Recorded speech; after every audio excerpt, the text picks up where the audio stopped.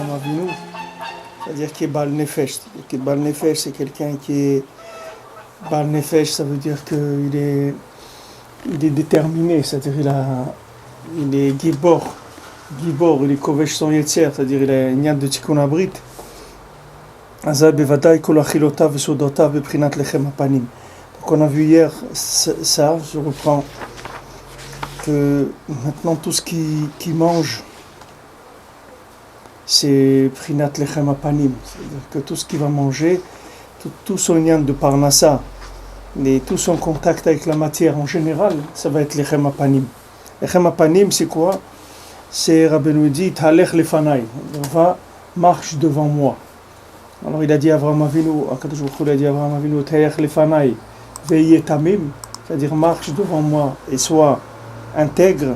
Alors Rabbeinu dit Talech Lefanai, ça veut dire que tout est iluchim, ça soit les fanaï, c'est-à-dire pour arriver à découvrir le visage d'Hachem.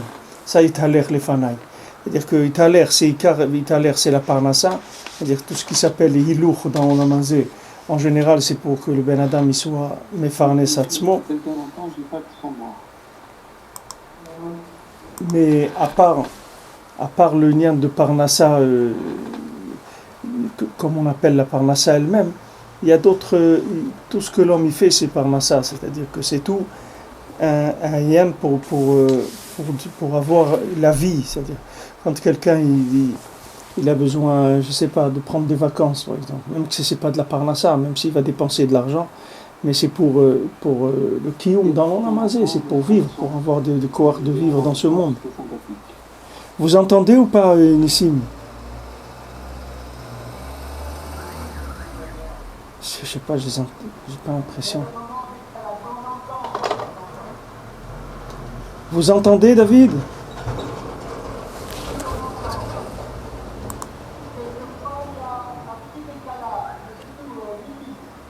Il y a un petit décalage.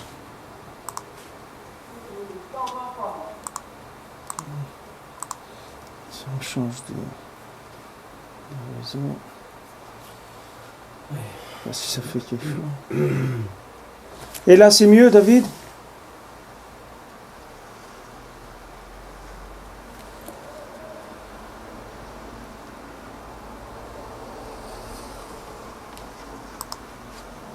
J'espère que ça va.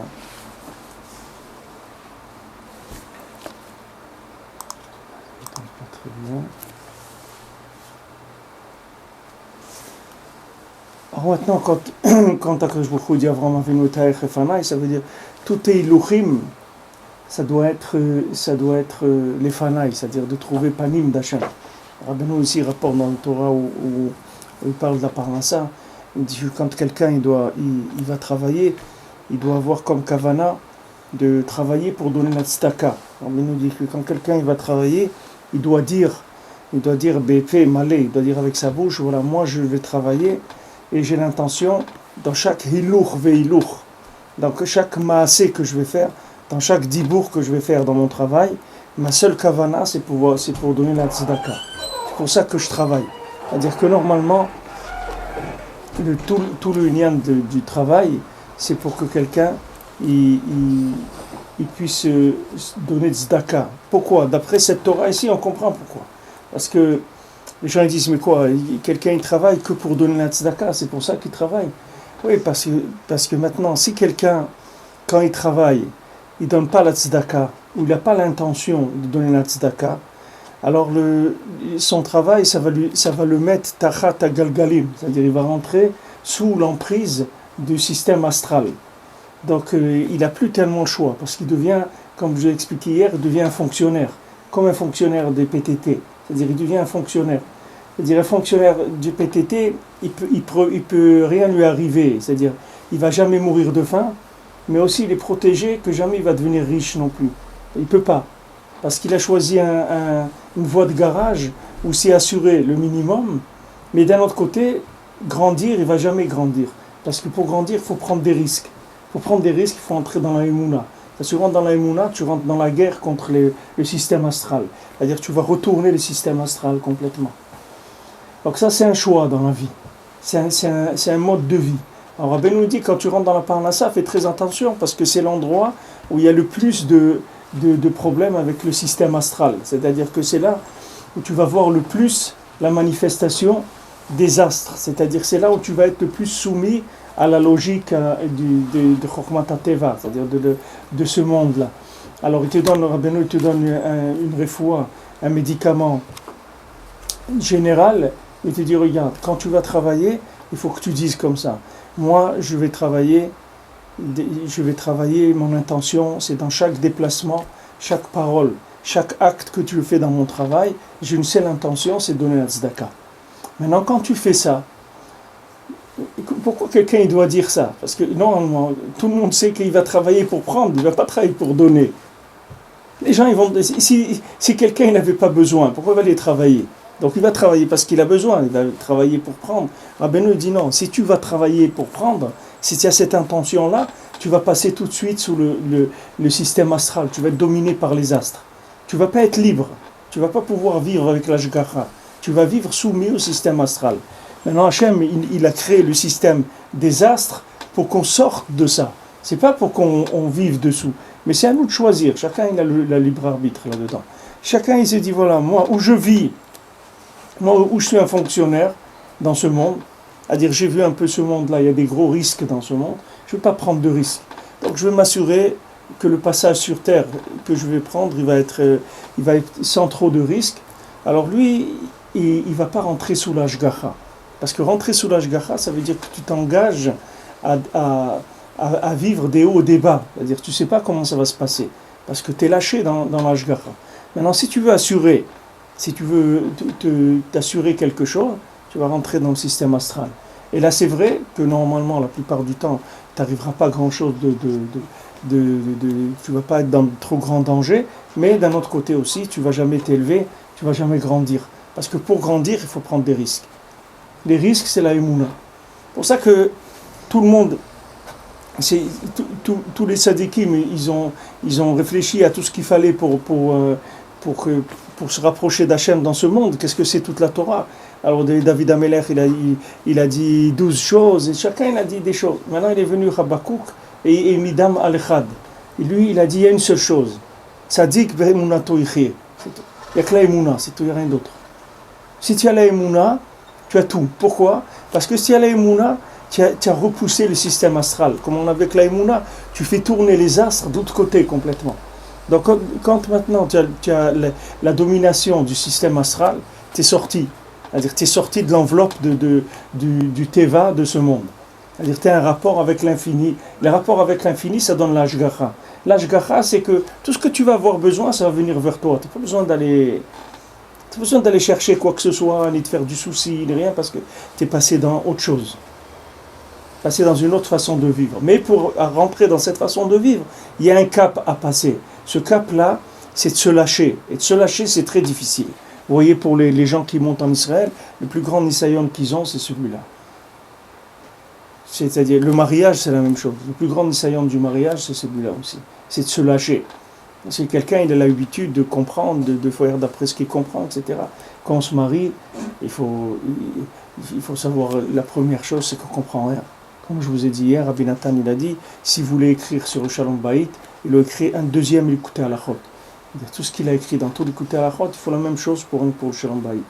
Parce que il y a tout là-dedans. Quand Rabbeinu, il a dit, la sikha dans Sichot Haran, je suis arrivé à ce que je suis arrivé grâce à une chose, et là-bas il n'a pas dit quoi, mais il est dans les sichot de Breslever, c'est dit, Rabbeinu, il a dit, le Shalom Bayit. C'est avec ça que je suis arrivé. Tout ce quoi je suis arrivé grâce au Shalom Bayit. Parce que le Shalom Bayit, c'est que tu es prêt à vivre sous l'ashgacha. C'est ça le Shalom Bayit. Le Shalom Bayit, c'est-à-dire que tu es prêt à suivre quelqu'un sans arrêt qui va être en général dans le contraire de la logique de ce que tu t'attends. Toi, tu as prévu quelque chose, et la femme, elle te dit non, on va faire maintenant comme ça. Et pourtant, la veille, tu as parlé avec elle, vous étiez d'accord, c'est comme ça qu'on va faire. Le lendemain matin, ça a changé. C'est plus comme ça. Maintenant, pourquoi Hachem, il a fait ça? Pourquoi il a fait Ezer Kenegdo? Pourquoi il a fait que ça vient à chaque fois changer les plans? Parce que c'est que comme ça que tu grandis. Si on ne change pas les plans, tu vas rester rachitique toute ta vie, tu vas rester petit. Si on ne change pas tes plans, tu as un plan, tu as décidé de faire comme ça, tu vas faire comme ça, tu as réglé ta vie. Je vous rappelle une histoire de gens qui partaient en vacances, ils avaient l'habitude d'aller en vacances dans un certain camping. Alors, quand ils arrivaient au camping, ils arrivaient toujours le 1er août à 12 heures. C'est-à-dire, ils partaient de Paris, etc. Ils étaient à 12 heures. Une fois, ils sont arrivés à 12h30. Alors, c'était la dispute. C'est-à-dire, quand ils sont arrivés à l'entrée du camping, et le gars, il avait honte. Parce que ça fait 25 ans qu'ils arrivent le 1er août à 12 heures au camping. Et là, ils sont arrivés une demi-heure, 3/4 d'heure après. Bien sûr, à cause de qui? À cause de sa femme. Parce qu'elle a voulu aller acheter ça, un truc et tout. Alors lui, il avait très très honte, parce que lui, c'était un exemple de ponctualité, de maîtrise, malgré tous les autoroutes, la route des vacances, tout ça, il savait gérer, il arrivait bédiouk à la même heure. Mais maintenant, sa femme, elle est venue, elle a chamboulé une fois tout, en voulant acheter quelque chose, ou aller voir sa mère avant, ou n'importe quoi. Ça a changé tous les plans, et ils sont arrivés en retard. Maintenant, cette image-là, c'est tous les jours que c'est comme ça. Alors si on danse, tout le lien de Shalom Bayit, c'est de savoir danser, c'est tout. Si quelqu'un il danse, c'est-à-dire comme Rabbeinu dit, danser, il fait sauter son gouffre, il le fait bouger, il est en mouvement, il n'y a aucun problème Shalom Bayit. Tu veux comme ça, ok, on fait comme ça. Il n'y a pas de problème. Pas de problème. On avait prévu qu'aujourd'hui on va manger à tel endroit à midi. Maintenant, on ne va plus manger là-bas. C'est plus à cet endroit. C'est plus à midi, c'est à 2 heures. Et c'est plus de la viande, c'est du fromage. Pas de problème. Pas de problème. C'est pas parce que lui, il veut pas. Lui, il veut quelque chose. Mais seulement, il a compris que s'il fait toujours ce qu'il veut, il va jamais grandir. Jamais il va grandir. Si quelqu'un il veut développer ses muscles, il faut qu'il prenne des poids. Des choses qui vont contre sa nature. Sinon, s'il ne prend jamais de poids, il ne fait jamais d'effort, son corps il va rester toujours petit. Spirituellement, on a besoin de ce mouvement en permanence. Alors le Shalom Bayit, c'est sûr que c'est une base de ce travail-là, mais aussi, on a aussi l'Eretz Israël qui est aussi comme ça. C'est-à-dire qu'Eretz Israël, elle a son plan, c'est-à-dire la terre d'Israël, elle a son plan à elle, la terre. Et tous tes plans à toi, il faut les mettre de côté parce que ça ne sera jamais comme ça. Parce que la première chose que tu dois apprendre en Eretz, c'est qu'il y a un patron. Première chose, quand tu prends conscience qu'il y a un patron, c'est que tu ne fais pas ce que tu veux, c'est tout. C'est ça le da'at, qu'il y a un patron. Tant que tu fais ce que tu veux, ça veut dire que tu n'as pas conscience qu'il y a un patron. Pour ça que Chazal disent que celui qui vit en Chutz La'aretz, il est domé, il ressemble à quelqu'un qui n'a pas de Dieu. Pourquoi? Parce qu'en Chutz La'aretz, c'est le système astral qui dirige en Chutz La'aretz complètement. Donc tu as l'impression qu'il n'y a pas de patron derrière tout ça. C'est-à-dire tu as l'impression qu'il y a un système et il faut se battre et si tu fais ça va marcher, si tu fais pas, ça va pas marcher, si tu fais comme si, ça va être comme ça. Tu peux faire des plans. Parce que ces plans, ils te sont inspirés par l'analyse du système astral. C'est-à-dire le fait que tu prends conscience de la logique, comment elle marche, alors ça te donne un mode de vie. Maintenant, le plus dur, la Aliyah en Eretz Israël, c'est ça. C'est le bitoul à l'ashgacha. C'est-à-dire de savoir que tu ne fais pas ce que tu veux. Et ça ne se passe pas comme tu veux. Et tu vas aller dans un bureau pour faire un papier, il va te dire ce papier-là, jamais vous pourrez avoir ce papier, parce que vous n'êtes pas dans le statut pour avoir un papier comme ça. Et tu retournes le lendemain, et le même monsieur, il te dit, au rabbin, voilà le papier et tout. Il n'y a pas de question. Hier, il t'a dit que tu ne pourras jamais l'avoir, et aujourd'hui, tu vas l'avoir. Et il te dit, viens, je vais te donner le papier. Mais pour qu'est-ce qui a changé? Rien n'a changé. Ce qu'on veut, c'est que tu saches qu'il n'y a pas de logique, c'est tout. C'est ça la leçon que tu dois apprendre quand tu viens vivre en Eretz Israël. Et c'est ça la plus grande difficulté de la Aliyah, c'est cette Nekuda-là. C'est que les gens, ils n'ont pas l'habitude. C'est-à-dire, quand ils vont quelque part, on leur dit non, ils croient que c'est un vrai non, comme le nom de Chutz La'aretz. Ou bien quand on leur dit oui, ils croient que c'est le même oui que Chutz La'aretz. Mais c'est pas comme ça en Eretz Israël. En Eretz Israël, oui, c'est pas oui, et non, c'est pas non. Non, c'est maintenant, c'est le lien de maintenant. Dans 1 heure, ça peut être oui. Dans 5 minutes, ça peut être oui. Et le oui, c'est maintenant. Dans 1 heure, ça peut être non. Il n'y a pas de cette souplesse-là, c'est ça la vie en Israël. Si quelqu'un il a pas ça, alors il attrape des torticolis et il se fait mal parce qu'il est tout le temps. Il faut que tu danses, il faut que tu danses avec la musique. Imagine-toi que tu écoutes une musique et que le musicien, tous les quarts d'heure, il change le rythme. Il te fait passer d'un nigoun à un autre. Et il faut que tu changes de danse. Juste quand tu commences à être bien dans le rythme et tout tac, il change de nigoun. Il passe dans un autre rythme, il faut que tu changes. Et après, il repasse dans un autre. Et sans arrêt, c'est comme ça. Et c'est pour ça que c'est une terre de vie. C'est pourquoi Israël, c'est une terre de vie. Sinon, il n'y a pas de vie. Si quelqu'un il a tout prévu, depuis qu'il est né jusqu'au moment où il va mourir, il a tout prévu, et tout est calculé avec la retraite et avec la mutuelle plus, avec les trucs, avec ça, les vacances elles sont organisées, c'est prélevé déjà sur le salaire, et les trucs, tout c'est, comme on dit, ça baigne, tout baigne dans l'huile. Mais là, ça s'appelle un mort-vivant, c'est-à-dire la vie elle sert à rien, parce que lui-même il est inclus dans un système qui tourne déjà. Alors lui va tourner avec le système astral. Maintenant, quand un juif il se lève et il commence à vivre avec le Ratson Hashem, alors c'est un autre Inyan Legamre. Complètement un autre Inyan Legamre. Complètement, ça tout change. Tout le monde entier il change. C'est un autre monde. Tout change. Tout peut être changé d'un moment à l'autre. Il n'y a plus de.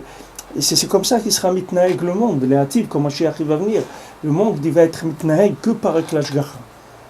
Et quand Mashiach va venir, Chutz Laaretz, les gens Chutz Laaretz, ils vivront comme les gens d'Eretz Israël aujourd'hui.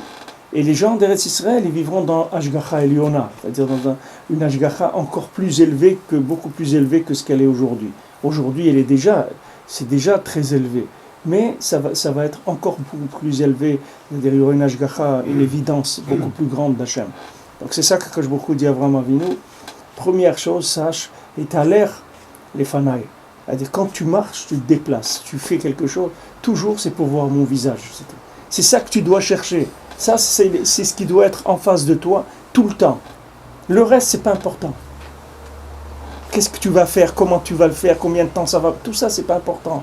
Toi, tu dois avoir devant toi idée fixe. C'est-à-dire, moi, je cherche le visage d'Hachem, c'est tout. Maintenant, en cherchant le visage d'Hachem, ça se fait par-ci, en mangeant, en dormant, en travaillant, en faisant des courses, en allant chez le dentiste. Ça ne change pas. Tout ce que je fais, c'est pas ça qui est important. Le Ikar, c'est où je vais dans tout ça. Je cherche le visage d'Hachem. Donc ça s'appelle vivre avec la Emouna. Ça, le lien d'Avraham Avinu, ça s'appelle Brit Idla'a. C'est-à-dire que Mamash, c'est la connexion permanente avec Hachem. Alors on avait dit Lechem Chom Beyom Hillakro, c'est-à-dire qu'il y avait le pain, le nian de Lechem Apanim, que David Amelech lui-même, quand il s'est sauvé de Shaoul, quand il est arrivé à Nov, dans la ville de Kohanim, ils lui ont donné à manger du pain de Lechem Apanim. Lui, normalement, il n'a pas le droit de manger de Lechem Apanim, parce que c'est pas un Kohen, David Amelech. Mais comme il n'y avait rien d'autre à manger, que lui, il était mamash en sakana, il n'avait pas mangé depuis plusieurs jours, il était persécuté par Shaoul Amelech. Donc il lui a donné à manger, là-bas, le Kohen Gadol, il lui a donné à manger du lechem apanim qui était tout chaud, qui venait mamash d'être fait.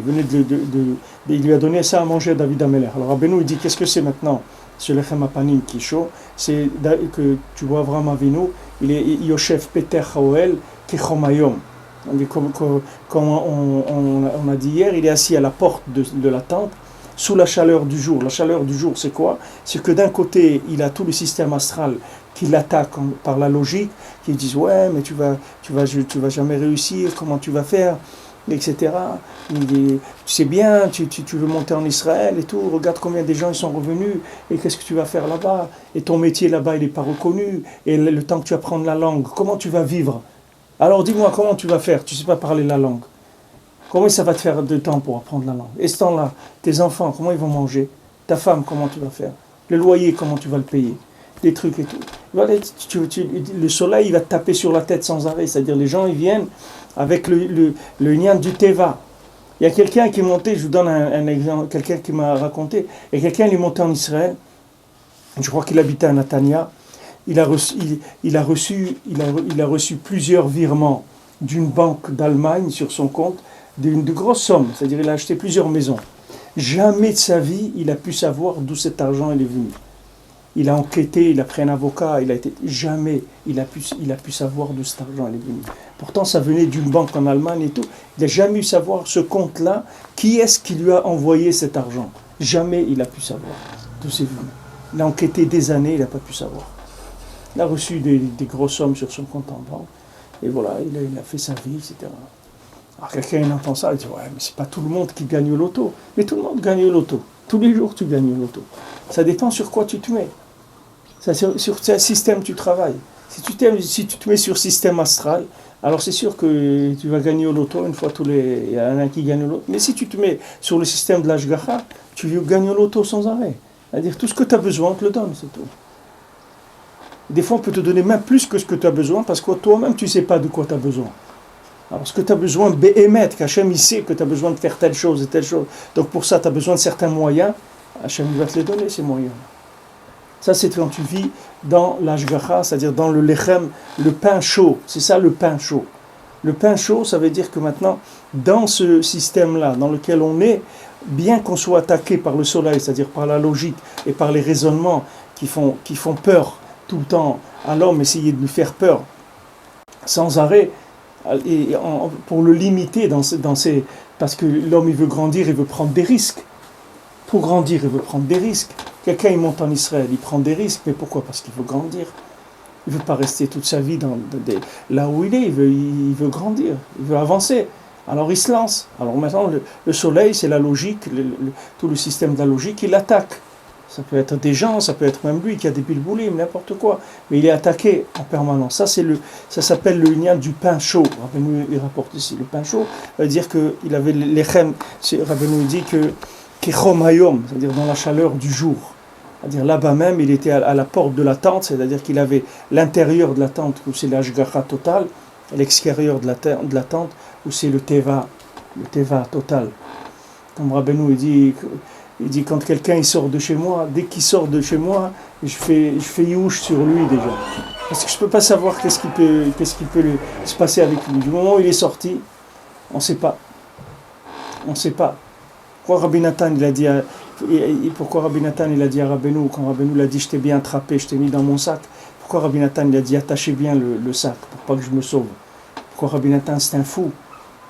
C'était pas un Baal Tshuva, Rabbi Nathan. C'est pas quelqu'un qui avait des problèmes et tout, qu'il a peur de retourner là-bas parce qu'il était dans l'alcool ou il était dans je sais pas où il était, et qu'il a peur que les Tzahara il l'attrape, qu'il le fait retomber dans des choses. Rabbi Nathan c'était pas un Baal Tshuva, c'était un tzaddik, c'était un Talmid Chacham, il était kadosh, il avait tout. Rabbeinu lui-même, il a dit que c'était un tzaddik, Rabbi Nathan. Et Rav Naftali a dit c'est des tzaddikim. Pourquoi il avait peur, Rabbi Nathan? Puis il a dit fermez bien le sac. Pourquoi il avait peur? Parce que Rabbi Nathan, il savait que c'est pas pachout. Rabbi Nathan, il a pris sa barbe, il a dit quoi? Une barbe blanche et encore un Breslever.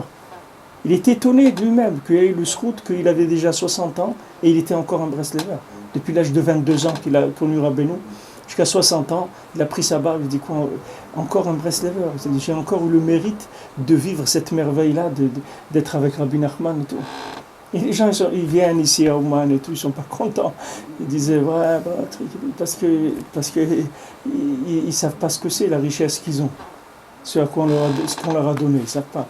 C'est ça, bon, ok, au Hachem, il y a Rabbeinu, mais ils savent pas qu'est-ce que ça veut dire. Ils savent pas qu'est-ce que ça coûte, ça. Cette chose-là, de connaître le tzaddik, il ne sait pas ce que ça veut dire. Il ne sait pas ce que ça veut dire. Tu vois, tous les Breslevers de l'autre génération, Rav Israël, tout, tu vois, ils parlaient que de ça. Tu ne sais pas ce que c'est Rabbeinu.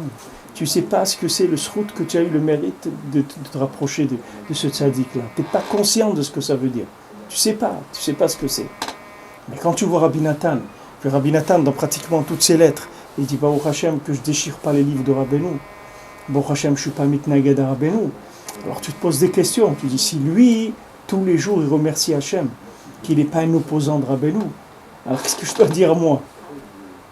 Si lui il élève, entre guillemets, celui que Rabbeinu il a dit, c'est lui, c'est mon cerveau, c'est lui. C'est-à-dire que c'est lui, je lui ai donné mon cerveau. C'est-à-dire lui, il a écrit, d'ailleurs, c'est très intéressant dans cette Torah-là, même où il y a le schéma de Avram et Eliezer.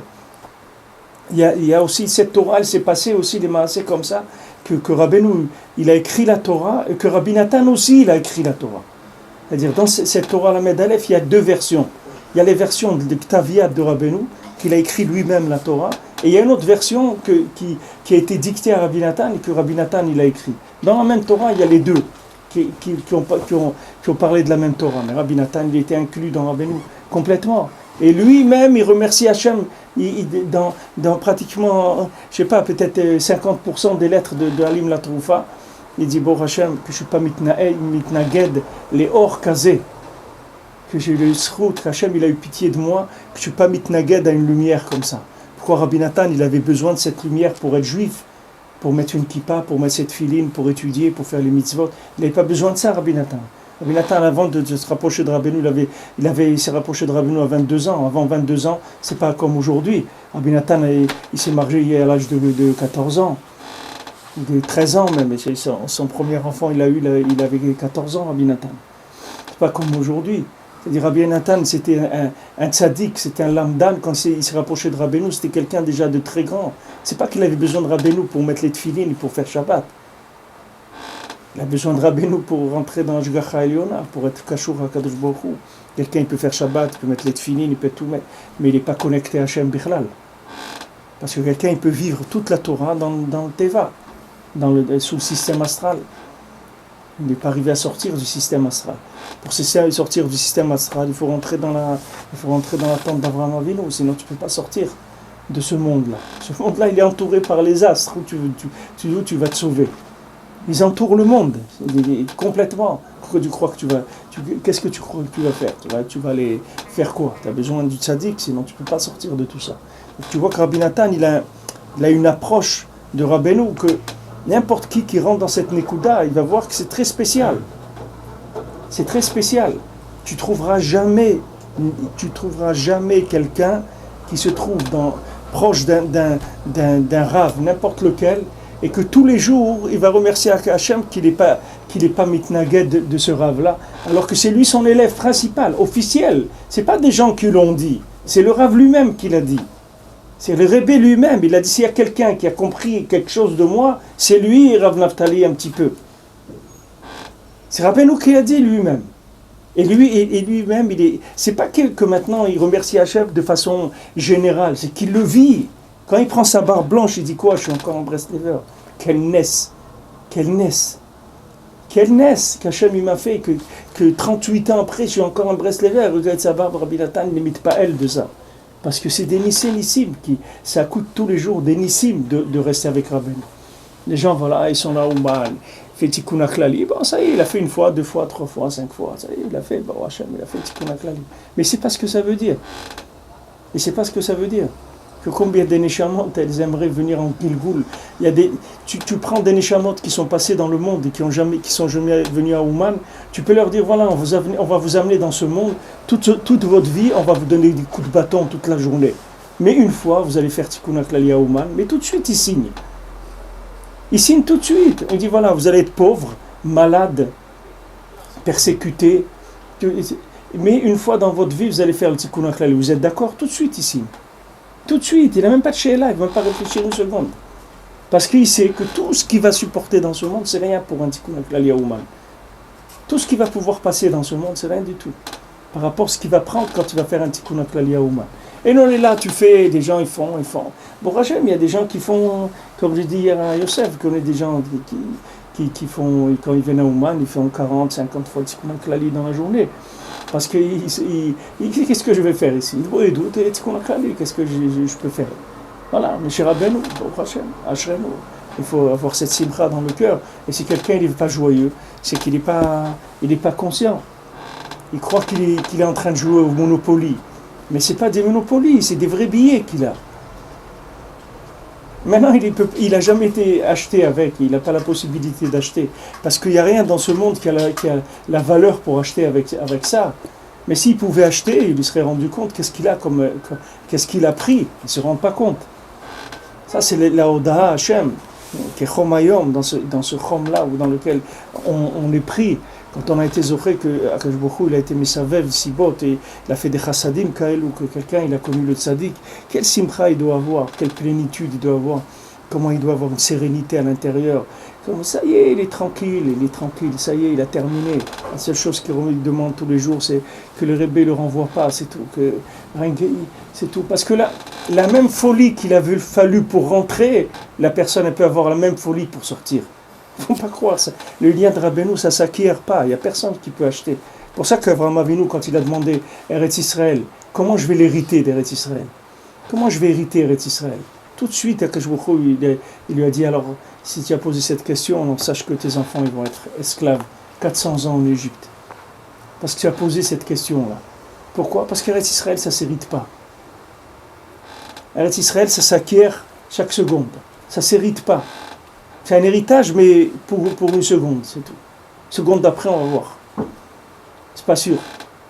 Mais ça ne fait rien. Il ne faut pas s'angoisser. Même si il y a ce qu'il y a, c'est que tous les gens d'Eretz Israël doivent faire leur valise pour habiter au Congo-Kinshasa, et bien il faut être saméach quand même. Parce que si quelqu'un il a vécu en Eretz Israël une journée, il doit avoir beaucoup de simcha. Parce que c'est nifla meod. Même une journée, c'est nifla meod. Mais c'est pas quelque chose qui s'acquiert pour une vie. C'est quelque chose qui s'acquiert pour la seconde où il est dedans, c'est tout. Et la seconde d'après, il ne sait pas. Il ne sait pas. Il faut que chaque fois, on lui redonne le reshoot. Chaque fois, on dit, bon, allez, il va rester encore une demi-heure en Israël, encore une heure, encore un jour. On va voir. C'est tout le temps. Et le tzaddik, c'est la même chose.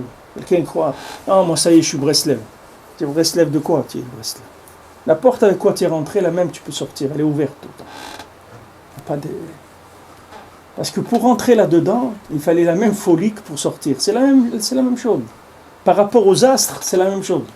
C'est-à-dire l'effort que tu as fait pour t'engager là-dedans, la folie, ce que tu as brisé comme barrage de logique, c'est la même chose qu'il faut pour sortir. C'est le même principe. Donc il ne faut pas croire que quelqu'un il est dedans. La seule chose qu'il sait, c'est que tant qu'il est dedans, il faut dire merci tous les jours au Rebbe parce que c'est un S. Chaque jour, c'est un S. Ça, c'est la conscience qu'il avait Avraham Avinu. Je crois qu'Avraham Avinu, il était à la porte de sa tente parce que c'était quelqu'un qui cherchait à aller dans ce monde où il savait chaque jour, il ne savait pas s'il allait partir à San Francisco ou il allait à Ouman. Quelqu'un, voilà, c'est un massé qui a eu Erev Shavuot. Quelqu'un il m'a appelé, il m'a dit, je ne sais pas si je vais à Ouman pour Shavuot ou je vais au Brésil ou je vais à Los Angeles. Je suis en train de réfléchir, etc. En fait, quand il n'est pas venu, je ne sais pas où il a été, mais il n'est pas venu. Mais ne croyez pas que c'est pas chouette. Attends, quelqu'un il est là, il dit, mais comment quelqu'un il peut avoir des choix comme ça? Mais il y a des gens, ils ont des choix comme ça. Et tout le monde il peut avoir des choix comme ça. Parce que c'est un S, en permanence c'est un S. Il faut remercier Akadosh Baruch Hu tous les jours. Il faut demander tous les jours au Rebbe qui nous garde dans sa yeshiva, qui ne nous renvoie pas de l'école. Il faut tous les jours, il faut remercier sur ça, il faut demander. ואז כל העקום וכל הכוכבים ומזלות שהם בתחתיהם, כולם הם טורחים בשביל זה האיש. Maintenant, quand quelqu'un il est dans cet erga-là, qu'il vit dans l'ashgacha, alors à ce moment-là, toutes les étoiles, tous les goïms d'abord, tous les gens qui font avodah zara, et toutes les étoiles, tous les astres, ils viennent, ils se fatiguent pour cet homme-là. C'est-à-dire que maintenant, lui, il a utilisé tout le système qu'il y a dans le monde. Parce que le système, il a été mis en place pour ça. Le système, Hachem, pourquoi il a mis le Teva? Il a mis le Teva pour servir l'homme. Pas pour que l'homme y serve le Teva. La plupart des gens, c'est eux qui servent le Teva. Mais Hachem, il n'a pas mis le Teva pour que l'homme y serve le Teva. C'est le Teva qui sert l'homme. C'est-à-dire que tout ce qu'il y a dans le monde, c'est fait pour lui. Il a besoin maintenant des tefilines. Alors des tefilines, ils vont venir chez lui. Il a besoin maintenant de faire une mitzvah, ça va venir chez lui. Il a besoin de ça. Alors, c'est-à-dire que maintenant, tout le système, il se fatigue pour lui. Alors maintenant, il y a des gens que eux ils se fatiguent pour le système, et il y a des gens que c'est le système qui se fatigue pour eux. Maintenant, ceux qui se fatiguent pour le système, c'est dommage, parce que le système, il n'a pas besoin d'eux, Bichlal. Le système, il fonctionne tout seul, il a besoin de personne. Donc c'est dommage que les gens ils croient que c'est eux qui vont arranger le monde. Ils n'ont rien arrangé du tout. Ils ont besoin d'utiliser le monde pour se rapprocher d'Hachem. Mais ils n'ont pas besoin d'arranger. Il y a un arrangé dans ce monde-là. Ce monde, il est parfait. Akadosh Baruch Hu, il a fait parfait. Pas besoin de la participation de qui que ce soit. Mais par contre, ce qu'il a besoin, c'est de savoir qu'est-ce qu'il fait ici et d'utiliser tous les éléments pour se rapprocher d'Akadosh Baruch Hu. Ça, il a besoin. Ça, c'est Vadaï qu'il a besoin. Et ça, il faut chaque jour. Pourquoi Rabbeinu dit qu'il faut être des doutes tous les jours, il faut parler avec Hachem tous les jours? Parce qu'on a besoin tous les jours. On ne peut pas dire passer 2 ou 3 jours, quelqu'un n'a pas fait de doute. Qu'est-ce qu'il a fait alors pendant 3 jours? Il a vécu comment? Comment il a vécu? Comment quelqu'un il a vécu plusieurs jours, il n'a pas parlé avec Hachem? Comment il peut vivre? Qu'est-ce qu'il fait ici? Qu'est-ce qu'il est en train de faire? Il est rentré dans un système pendant quelques jours où il s'est laissé, comment on dit, il s'est laissé aller dans le système. C'est-à-dire les astres, tout ça, ils l'ont pris pendant plusieurs jours. Il était occupé. Il dit non, mais je suis trop occupé, j'ai pas eu le temps. Mais de quoi tu es occupé? Rabbeinu, il a dit, celui qui travaillait tout le temps, il n'avait pas le temps de faire Idbo et doute et tout. Alors Rabbeinu, il a appelé une fois, qui passait dans le chouk devant la maison de Rabbeinu. Rabbeinu lui a tapé à la fenêtre, il l'a appelé. Il lui a dit alors, qu'est-ce que tu fais?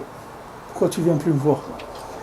Il dit j'ai pas le temps, je suis occupé, j'ai des affaires, je fais des affaires. Alors Rabbeinu, il s'est tourné vers son oncle, là c'était Afraïkel qui lui avait fait la bracha pour la parnassa. Il a dit tu as vu Afraïkel, qu'est-ce que tu lui as fait avec ta bracha? Il n'a même pas le temps de regarder le ciel. Il est occupé, monsieur. Le monsieur, il est occupé. Alors il lui a dit regarde, il l'a pris, il lui a dit regarde, tu vois ce chouk là? Tu vois tous ces gens dans le marché, les chevaux, les gens et tout. Ben, tu vois que dans 40 ans, tous ces gens-là, ils ne seront plus là. Tous ces chevaux ne seront plus là. Toi, tu ne seras plus là et moi, je ne serai plus là. Et le chouk, il va continuer à tourner. Le même chouk que tu vois, il continuera à tourner. Le film, il ne s'arrête pas. Quand il arrive à la fin, il recommence. C'est toujours le même film. Ça ne change pas, c'est toujours pareil. Il dit alors, qu'est-ce que tu cours? Tu cours vers quoi? Quelqu'un ne fait pas de doute un jour, 2 jours, il dit j'ai pas eu le temps, j'étais trop occupé. Mais de quoi tu es occupé? Tu es occupé quoi? À servir les astres? De quoi tu es occupé? Ben nous dit quelqu'un, un Adam Shen Locha, quelqu'un qui n'a pas 1 heure, c'est pas un homme. Ben nous dit quelqu'un qui n'a pas 1 heure pour faire le doute, c'est pas un Ben Adam. Il est occupé. Mais de quoi tu es occupé? Pourquoi? C'est toi qui dois faire tourner le monde. Pourquoi si tu ne te réveilles pas le matin à 5 heures, le soleil ne va pas sortir aujourd'hui? Il va sortir sans toi, que tu sois là, que tu ne sois pas là. Le soleil va sortir, il va y avoir la pluie, il va y avoir des fruits. Ne t'occupe pas, toi, t'occupe pas. Occupe-toi de ce que tu es venu faire ici. T'occupe pas de ça. T'occupe pas de ça. Toi, tu n'es pas venu ici pour ça. Toi, tu es venu ici pour chercher le panim d'Hachem. Alors, tu ne peux pas passer un jour sans parler avec lui. C'est quelque chose qui n'est pas normal. Qu'est-ce que tu fais ici? Tu as mangé, tu as dormi, tu as travaillé. C'est quoi tout ça? C'est rien du tout. C'est rien. Qu'est-ce que tu as fait en mangeant, dormant, en travaillant? Tu n'as rien fait du tout. Mais si tu es venu parler avec Hachem, là tu as fait quelque chose. Tu as révélé à Kadosh Baruch Hu. Tu ne peux pas passer un jour sans parler avec Hachem. Et s'il arrive que malheureusement la folie elle rentre et la folie de ce monde elle attrape les gens, alors il faut faire tchouva sur ça, il faut regretter. Et, au moins le soir avant de dormir, il ne faut pas aller dormir comme ça. Il faut dire Hachem, pardon, je n'ai pas eu un moment à te consacrer aujourd'hui, à parler un petit peu avec toi, à t'expliquer un peu, te dire ce qui se passe dans ma vie, etc. Je me suis laissé emporter par les astres. C'est un désastre, c'est ça ce que ça fait après. Prinat Avraham, Ad ashit oivecha hadom leraglecha. Alors c'est ce qui a écrit que maintenant Shev Lemini, Akadosh Baruch Hu il a dit à Avraham Avinu, mets-toi à ma droite, assis-toi à ma droite. Qu'est-ce que c'est à ma droite? Yamin, c'est précède, c'est Avraham. Ad ashit oivecha hadom leraglecha, jusqu'à ce que je mette tes ennemis à tes pieds. Qu'est-ce que ça veut dire tes ennemis à tes pieds? C'est quoi tes ennemis? Tes ennemis, c'est ceux qui veulent te faire tomber dans la logique, c'est ça tes ennemis. Maintenant, reste à ma droite, c'est-à-dire reste sur le côté droit, c'est-à-dire reste sur le côté de la shgacha, de la tfila, de la conscience d'Hachem, et avec ça, je vais terminer tes ennemis, c'est-à-dire je vais mettre tous tes ennemis à tes pieds, c'est-à-dire à ton service. Une fois que tu vas comprendre que tu es capable de manipuler toutes les forces de la nature, et que tous ces gens-là que tu vois, et toutes ces voitures-là, comme quelqu'un, j'ai entendu à Yerushalayim, quelqu'un a demandé à quelqu'un, tu as une voiture? Il dit non, j'en ai pas une, j'en ai 3000. Il dit comment tu as 3000? Il dit oui, Les taxis, à chaque fois que j'ai besoin, je prends une voiture, n'importe laquelle, je l'appelle et ils m'emmènent là où j'ai besoin d'aller. Donc j'ai 3000 voitures, voilà, ils sont tous là, ils attendent que ça, voilà, ils sont là, ils attendent que quelqu'un vienne l'utiliser. Mais toute la Bria entière, elle est comme ça. Toute la Bria, elle attend rien que tu viennes l'utiliser. Que tu l'utilises. Alors Hachem lui dit, reste à ma droite, jusqu'à ce que je mette tes ennemis à tes pieds. C'est-à-dire que tout le système de logique, tout le système des astres et tout, je vais le mettre à tes pieds, c'est-à-dire que tu vas le dominer. Tu ne vas pas être dominé par ça, c'est toi qui vas le dominer. Shehem tochim bishvil parnassatra. On nous dit, eux, ils vont se fatiguer pour ta parnassa. C'est-à-dire pour la parnassa mamash, mais dans la généralité. C'est-à-dire, eux, ils vont se fatiguer pour que tu puisses faire ce que tu as à faire sur terre. Ta parnassa, ça veut dire que tu puisses faire le chibour, comme je disais hier, le chibour entre la neshama et le gouffre. Le rabbin nous dit que la parnassa, le manger, c'est pour tenir l'âme dans le corps. Si on ne mange pas, l'âme, elle quitte le corps. Et que une fois que le corps et l'âme ils se séparent, à la mort, il n'y a plus besoin de manger, puisqu'il n'y a pas besoin de les maintenir ensemble. Donc le maintien de l'âme dans le corps, c'est ça qui s'appelle la parnassa. Alors maintenant, le fait de maintenir l'âme dans le corps, c'est-à-dire de voir une âme dans toute la matière, en tout ce que tu fais, de voir une présence divine, ça s'appelle la parnassa. C'est-à-dire que le monde entier va se fatiguer, les massés, pour que tu trouves Hachem. Toute la bria, elle va être à ton service. C'est-à-dire, comment je peux t'aider? Comment je peux t'aider? Dis-moi comment je peux t'aider. C'est ça que le monde, il a été créé pour ça. Et l'homme, il veut aider le monde. Lui, il veut croire que lui, il va construire le monde. Mais c'est pas pour ça qu'Hachem, il a fait le monde. Hachem, il a fait le monde pour te servir. C'est-à-dire pour te permettre de connaître Hachem. Donc, utilise-le dans ce qui vaut, dans cette vision des choses. Comme il dit ici, reste à ma droite. Reste à ma droite jusqu'à ce que tu vas voir que tout le monde entier va te servir. Tout le monde entier va être à ton service. Pourquoi Abraham Avinu ne voulait pas prendre de personne? Il voulait lui donner des cadeaux après la guerre et tout, qu'il a aidé. Il a dit non. Rimelech, il a dit non, je veux rien du tout de toi. Même pas un lacet de chaussures, je ne veux pas. Je ne veux pas qu'on dise que c'est toi qui m'as enrichi, que toi tu as enrichi Abraham Avinu. Je ne veux rien prendre de toi, je ne veux rien prendre. Il ne me donne rien du tout. C'est Hachem qui me donne. Tout ce que j'ai besoin, Hachem me le donne. Je ne veux rien de personne. Je ne veux pas être lié avec des gens qui m'ont donné, après je suis obligé, s'il me téléphone, que de lui faire un rendre service et le truc et tout. Je veux rien, laisse-moi, je vais être un homme libre. Je vais être libre. Être libre d'être avec Hachem tout le temps. C'est-à-dire de vivre dans la Jekacha. Comme un homme libre, pas un homme qui est soumis à des lois naturelles. Les prinat lachmenuhem sartzilam me'alehem. Regarde qui écrit. Lachmenuhem, c'est écrit quand les Israël, ils avaient peur de monter, ça c'est dans ma midbar, quand les Meraglim ils sont revenus, les explorateurs, et qu'ils ont parlé du mal sur Eretz Israël, ils ont dit c'est des géants là-bas, etc., et que là-bas c'est très, très, très dur, c'est une terre qui mange ses habitants, etc. Et maintenant, il y avait là-bas ceux qui ont lutté contre ça. Il y avait Yoshua Benoun, il y avait Caleb Ben Yishpouné. Ils ont lutté contre cette vision des choses. Ils disent non, l'achmenouhem, c'est notre pain. C'est-à-dire, Hachem, il a enlevé Sar Tzilam Me'alehem. Il leur a enlevé même le minimum de présence divine qu'il y a dans n'importe quel élément de la nature. Il y a une présence divine, puisque c'est Hachem qui l'a créé avec sa parole. Il dit même ça, Hachem, il leur a enlevé. Donc il ne reste plus rien. Ils sont complètement soumis à nous. Complètement. Qu'est-ce que vous avez pourquoi vous parlez comme ça? Ils ont essayé de parler au Ham Israël. C'est pas vrai, c'est pas vrai. C'est vrai, vous avez l'impression de voir des gens et tout, mais c'est rien. C'est des gens qui sont soumis complètement. Il n'y a rien. Ils n'ont plus d'autonomie. Ils ne peuvent pas vous faire du mal. Ils sont complètement soumis à nous. On va les utiliser pour faire Avodat Hashem en Israël. C'est ça qu'il dit que l'achmenouhem, c'est notre pain. Alors, ce qu'on a vu, le lechem, qui est la parnassa, qui est le ignal du pain chaud qu'il a mangé David Améler. Elle dit qu'est-ce que c'est? L'achmenouhem, c'est notre pain. Ça veut dire que ça y est, c'est eux qui vont nous servir notre pain maintenant pour qu'on fasse pour ce qu'on a à faire dans Avodat Hashem. Et les Meraglim, eux, qui ont parlé contre Eretz Israël, eux, ils n'ont pas eu le srout de voir ça. Et ils ont vu le contraire complètement d'Eretz Israël. Mamash, l'opposé d'Eretz Israël. Pourquoi l'opposé? Parce qu'ils sont venus là-bas pour être des patrons. Mais quand tu rentres en Eretz Israël, quand tu passes là-bas les trucs des passeports. Normalement, ils devaient mettre là-bas un panneau. Vous êtes rentré dans un pays, vous ne serez jamais un patron. Sachez-le. Ici, vous ne serez jamais patron. Ça, c'est la première chose quand tu arrives en Eretz Israël. Maintenant, eux, les Miraglim, ils ont vu ça. Le Zohar, il dit que c'est ça. Eux, ils ont vu qu'ils n'allaient pas être des patrons en Eretz Israël. Et on dit alors, on ne veut pas. On ne veut pas. Quoi, on ne peut pas être patron ici, truc. Mais ils ne savent pas, eux, que ce que ça veut dire patron, ça veut dire être esclave. Ils ne savent pas que quand ils disent patron, ça veut dire esclave. Quand tu prends une entreprise, qui est-ce qui travaille le plus dans l'entreprise? C'est le patron. Parce que si le patron n'est pas là avant les employés, et après les employés, pendant les employés, ils vont le voler. Il faut qu'il fasse la caisse le soir, qu'il voit les stocks. Le matin, il faut qu'il vienne, qu'il ouvre, avant que les gens y viennent. Au milieu, il faut qu'il vérifie ce qui se passe. Qui est-ce qui travaille le plus? C'est le patron. Maintenant, qui est-ce que le plus soumis dans la parnassa? C'est le patron. L'ouvrier, lui, quand il vient, il fait son travail, il s'en va.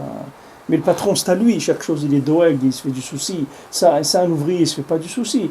Quand ça ne marche pas, il vient, il dit, monsieur le patron, la machine ne marche pas. C'est tout. Débrouille-toi, arrange-la, fais ce que tu veux. Mais celui qui travaille le plus, c'est le patron.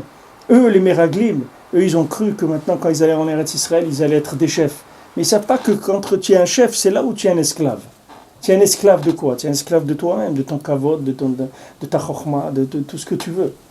Si tu deviens esclave de ça, c'est-à-dire tu vis d'après ça.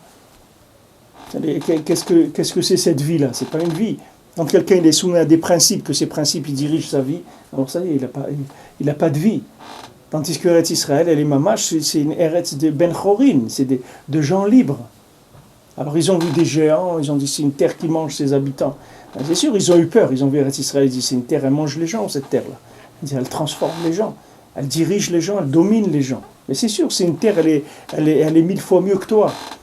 C'est-à-dire, cette terre-là, elle va te transformer. Complètement.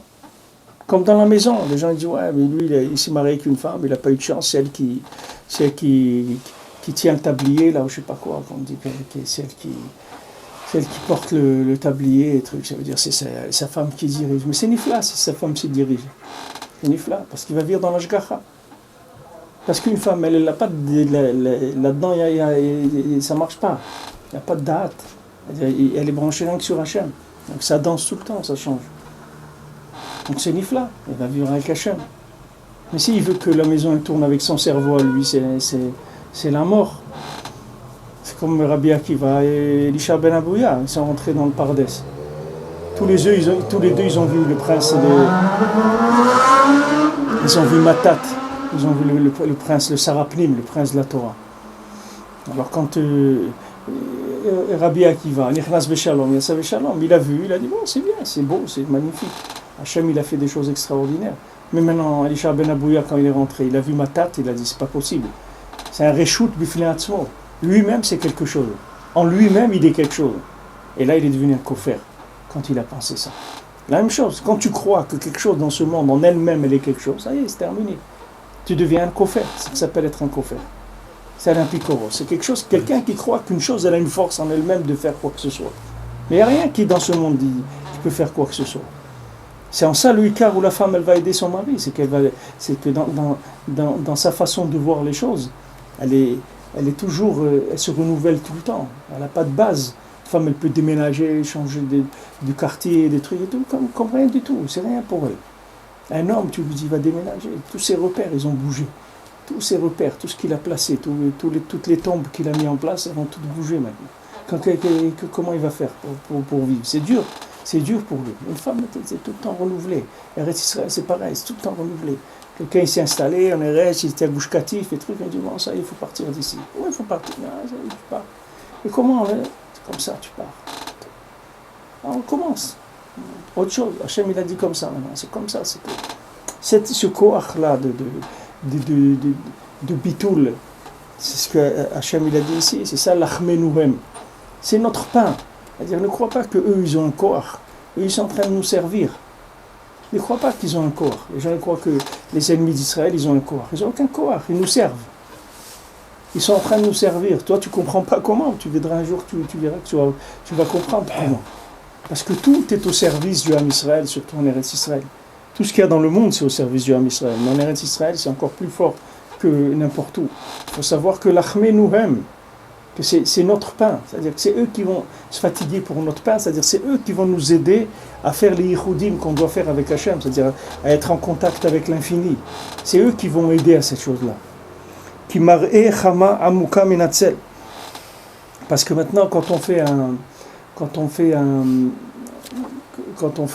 on est sous le soleil, c'est un des simanim qu'on voit que si quelqu'un il va être quand quelqu'un va être niftar, alors s'il va dehors, tu vas voir qu'il n'a pas d'ombre.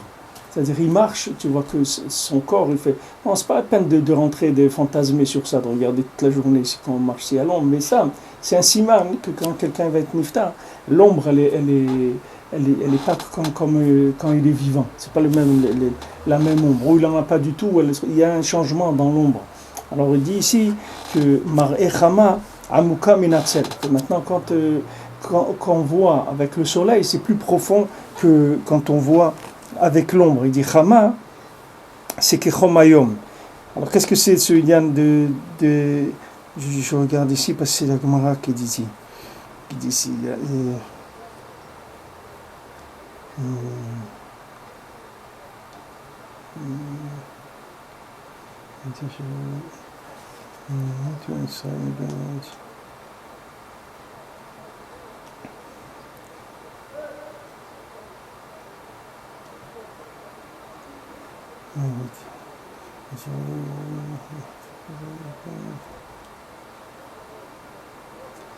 Si la Gemara dit que l'endroit qui a de l'ombre, quand le soleil y rentre quelque part, alors il enlève l'ombre qu'il y a. C'est-à-dire que toujours la force de la lumière, elle est beaucoup plus forte que la force de l'ombre. Si tu mets dans un endroit ombragé, tu mets de la lumière, alors l'ombre elle va complètement quitter cet endroit. Alors Rabbeinu il amène ici ça par rapport à Eretz Israël, que quand ils ont parlé que Sar Tzilam et Aleem, qu'ils n'ont plus d'ombre, ça veut dire qu'ils ne peuvent plus faire d'ombre sur nous, les Maasé. C'est-à-dire que nous, quand on va rentrer en Eretz Israël, on va avoir une telle conscience d'Hachem qu'ils ne pourront plus mettre de l'ombre sur cette conscience-là. C'est-à-dire cet attachement qu'on va avoir avec HaKadosh Baruch Hu en Eretz Israël, c'est quelque chose qui fera qu'on ne pourra plus nous ramener dans l'ombre. Dans l'ombre de quoi? Dans l'ombre de l'existence d'Hachem, de la présence divine, du contact avec Hachem. Parce qu'Eretz Israël, elle va alimenter ce contact de telle façon qu'il n'y aura plus de possibilité de faire le contraire. Donc, ce qui dit ici que c'est-à-dire que le soleil il va être plus profond que l'ombre. L'ombre c'est la matière, puisque la matière c'est de l'ombre par rapport au spirituel. C'est-à-dire tout ce monde s'appelle de l'ombre par rapport au spirituel. Et si quelqu'un il rentre sous le système astral, alors il fait partie des gens de l'ombre. On dit les gens qui sont dans l'ombre. Alors, les gens dans l'ombre, c'est des gens qui vivent d'après la logique de ce monde. Alors ils ont dit le Miraglim, c'est-à-dire ceux qui étaient Kalev Ben Yefoune et Yoshua Ben Nun, c'est tout Kalev il a parlé, il a dit non, ça y est, il n'y a plus de tsel là-bas. Ils ne peuvent rien nous faire, c'est fini. Parce que là-bas, l'ombre elle a disparu, c'est-à-dire là-bas il y a une évidence d'Hachem, de l'Ashgacha. Alors il dit que, Ben nous dit Kechomayom, que ce Chama c'est Kechomayom, c'est Lechem Cham, ça veut dire que c'est un pain chaud, ça veut dire qu'il y a un contact vivant avec Hachem. Aval Keshesar Tzilam Azanita Levitare Ma'e Chama Dargat Abraham. Maintenant, comme HaKadosh Baruch Hu, il a enlevé cette ombre-là, c'est-à-dire qui font les goïms, la matière, etc., il a enlevé en Eretz Israël, c'est-à-dire il a mamash découvert la Shgacha. Alors le soleil, il éclaire tout le temps, c'est-à-dire la Chokhmah d'Hachem, la présence d'Hachem, elle éclaire là-bas plus que n'importe où au monde. Parce qu'HaKadosh Baruch Hu en Eretz Israël, il enlève le tsel des goïms, le tsel des gens qui font Avodah Zara, le tsel des gens qui veulent croire dans la logique, etc. Tout ça, HaKadosh Baruch Hu, il enlève en Eretz Israël. Donc il y a un contact direct. C'est sur ce point-là qui parlait Kalev Ben Yefoune contre tous les miraglim, mais il n'a pas pu les convaincre. Regardez, qu'est-ce que c'est.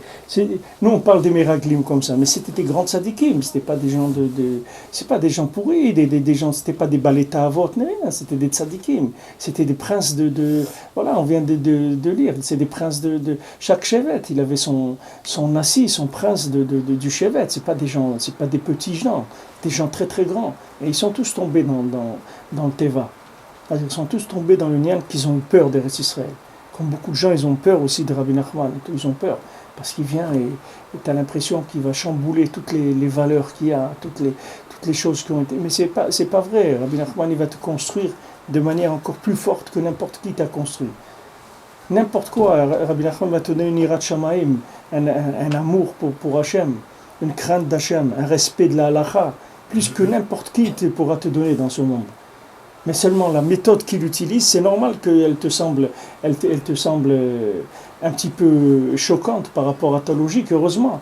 Comme Rabbeinu il a dit, si vous avez pas de questions sur moi, il dit que je serai comme vous. Si vous me comprenez, je ne peux rien faire pour vous. Si tu rentres chez le docteur, tu comprends tout ce qu'il fait, tout ce qu'il dit, tu n'as pas besoin d'aller chez lui. Pourquoi tu vas chez lui? Fais-le tout seul. On dit un docteur, même lui quand il est malade, il doit aller chez un autre docteur. Il ne peut pas se soigner tout seul. Parce que lui-même, il ne peut pas se comprendre. C'est pas le tzaddik qui amène des choses que tu ne comprends pas. Heureusement que tu ne comprends pas. Heureusement que les gens disent, ouais, je lis du Sipur Massiot, mais je ne comprends pas. Mais heureusement que tu ne comprends pas. J'ai étudié écouter Moran, mais je ne comprends pas bien. Mais c'est normal, heureusement que tu ne comprends pas bien. Si tu comprenais, ça veut dire que tu domines ça. Mais ce qu'on veut, c'est que c'est ça qui te domine à toi. Donc c'est ça de dominer. C'est normal que tu ne comprennes pas. Alors lui, Kalev Ben Yefoune, lui, il a compris cette chose-là. Lui, quand il est en Eretz Israël, il a vu que c'est Nifla Meod. Il dit, vous n'avez rien compris. Là-bas, c'est tout de l'Ashgacha. C'est ça que vous ne comprenez pas. Les gens ils te disent, mais attends, tu montes en Israël, mais comment tu vas vivre là-bas? Il dit, mais là-bas, il y a la manne. Tu ne comprends pas ce que ça veut dire. C'est ce que c'est la manne. C'est pas ce que c'est la manne. Je ne peux pas t'expliquer. Tu sais ce que c'est de sortir le matin, tu trouves une enveloppe devant chez toi. Ma grand-mère, elle a Shalom, elle va raconter, elle avait une voisine comme ça, elle était restée veuve.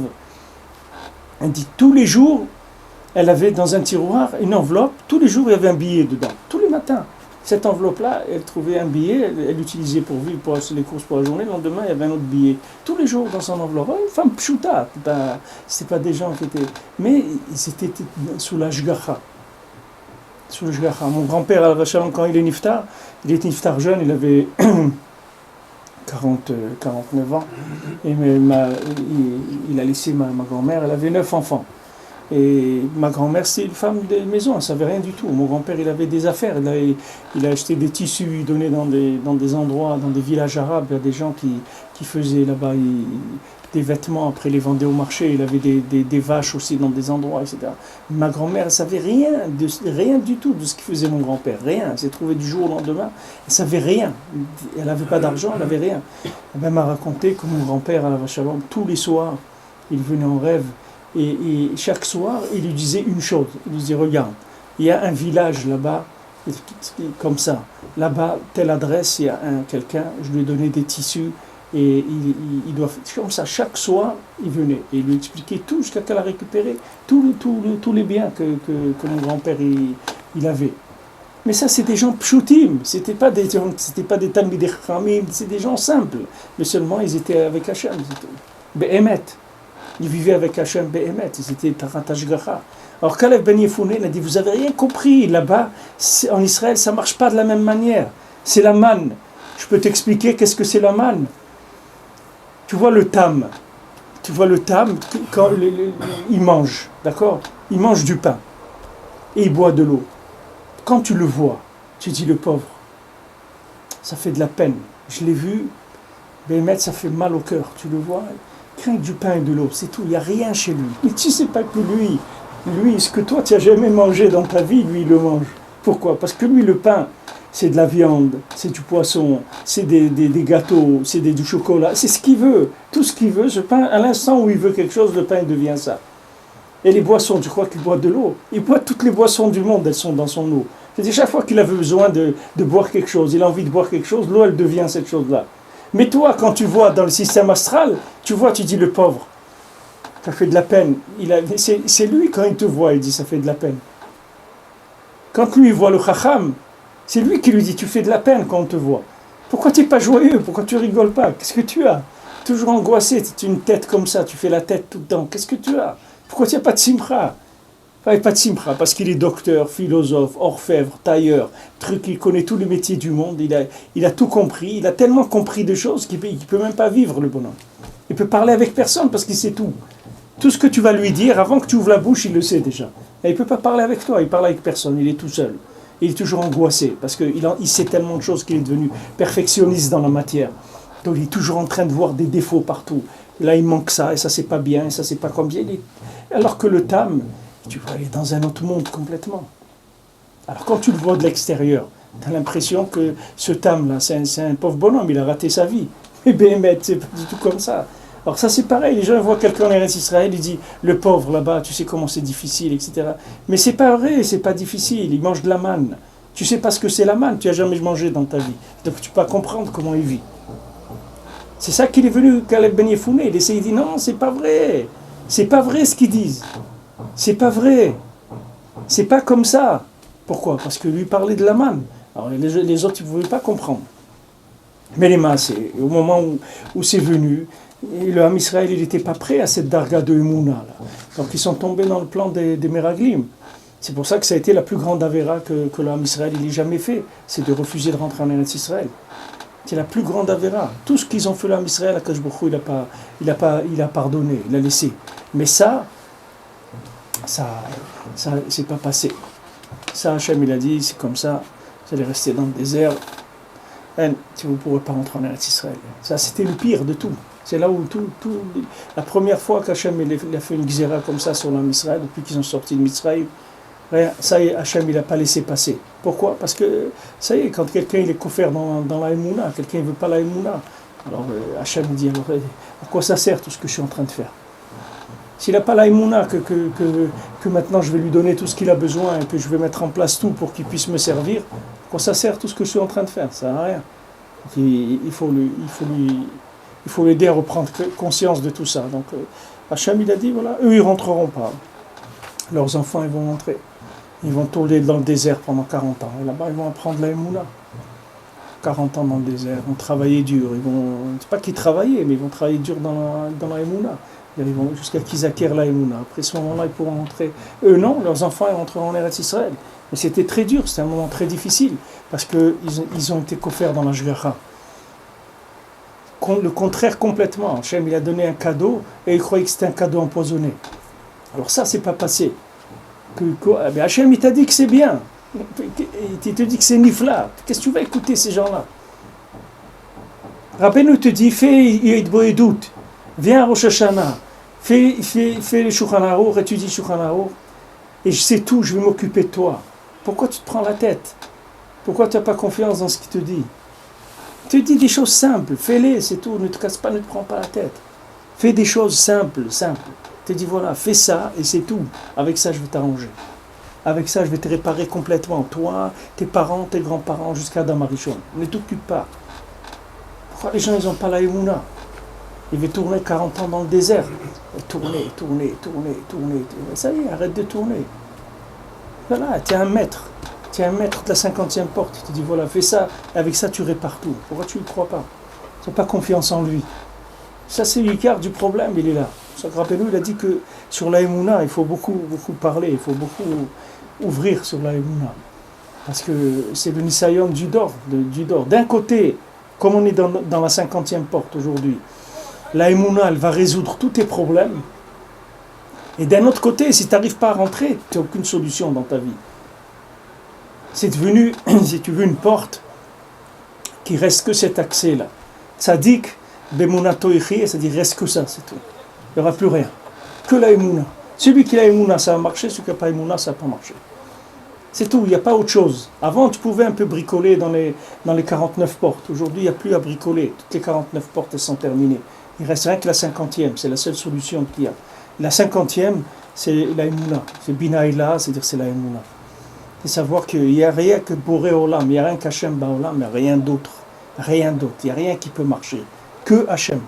Que la Tfila, que la Emouna, que les Teilim. C'est pour ça que Rabbeinu il dit que Mashiach il va venir grâce aux gens simples qui font les Teilim. Pourquoi? Parce qu'il n'y a pas d'autre chose aujourd'hui. Il n'y a que de la Tfila, de la Emouna, de la Simcha. Toutes les sortes que Rabbeinu il a données, pshutot, simple. Et avec ça, tu répares tout. Mais maintenant, il y a des gens, ils n'arrivent pas. Mais c'est pas une question pourquoi ils n'arrivent pas. Regarde les Meraglim, ils ne sont pas arrivés. Pourtant, ils avaient une promesse d'Hachem qui a dit c'est bien. Ils sont arrivés à dire le contraire. aller à expérimenter le terrain, comme on dit, et voir le contraire. Sur le terrain, ils ont vu le contraire. Ils sont venus rapporter le contraire. Ils ont empêché l'homme d'Israël de rentrer en Eretz Israël, alors qu'il y avait quelque chose d'effet rouge, clair. C'est pareil, Rabbeinu dit des choses qui sont simples, des conseils simples. Et le monde entier, il va contre ça. Le monde entier, il va contre ça, parce qu'ils ne comprennent pas comment ça parle. Ils disent, mais comment je vais parler avec Dieu comme ça tous les jours? Avec ça, je vais tout arranger. Mais ne te casse pas la tête de savoir comment ça marche. C'est pas ton problème, toi. Toi, ton problème, c'est fais-le, c'est tout. Fais ce que le tzaddik te dit de faire. Toi, ne réfléchis pas. Et avec ça, tu vas tout arranger.